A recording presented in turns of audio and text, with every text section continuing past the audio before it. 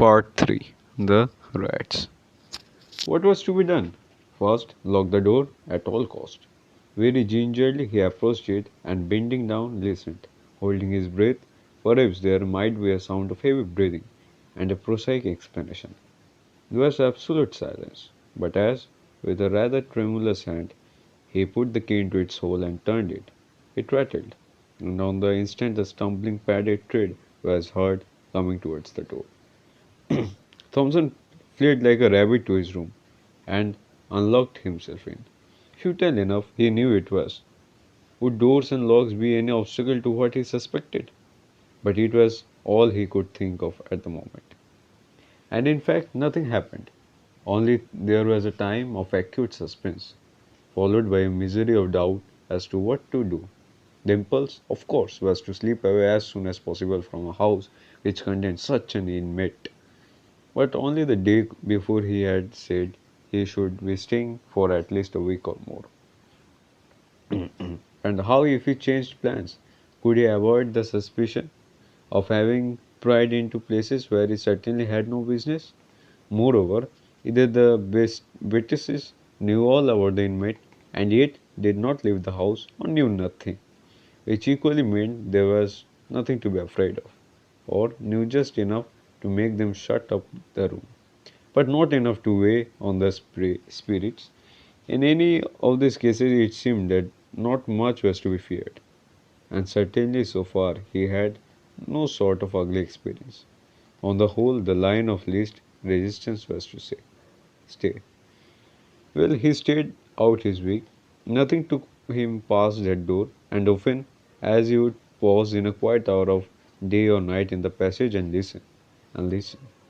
No sound, whatever issued from that direction. You might have thought that Thompson would have made some attempt at filtering out stories connected with the inn, hardly perhaps from Bate, but from the parson of the parish or old people in the village.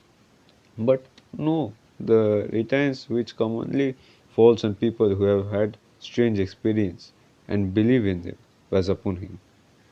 Nevertheless, as the end of his stay drew near, his yearning after some kind of explanation grew more and more acute.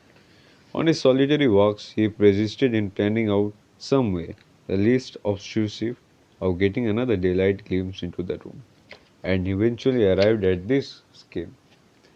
He would leave by an afternoon train about 4 o'clock.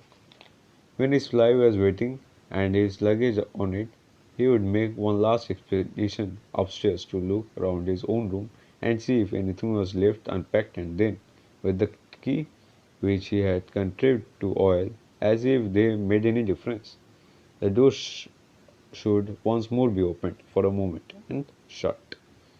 So it worked out. The bill was paid, the consequent small talk gone through while the fly was loaded. Pleasant part of the country, been very comfortable. Thanks to you and Mrs. Betts. Hope to come back sometime. One said on the other. Very glad you have found satisfaction, sir. We have done our best. Glad, always glad to have your good word. Very much favored we have been with the weather, to be sure. Then I'll just take a look upstairs in the case I've left a book or something out. No, don't trouble. I'll be back in a minute. And as noiselessly as possible he stole to the door and opened it. The shattering of the illusion, propped, or you might say sitting, on the edge of the bed, was nothing in the round world but a scarecrow. A scarecrow out of garden, of course, dumped into the deserted room. Yes, but here amusement ceased. Have scarecrows bare bony feet? Do their heads loll on their shoulders? Have they iron collars and links of chains about their necks? Can they get up and move, if never so stiffly, across the floor, with wagging heads and arms close to their sides, and shiver? The slam of the door, the dash to the stairhead, the leap downstairs were followed by a faint. Awakening, Thompson saw Bates standing over him with a brandy bottle and a very reproachful face. You shouldn't done so, sir. Really, you shouldn't.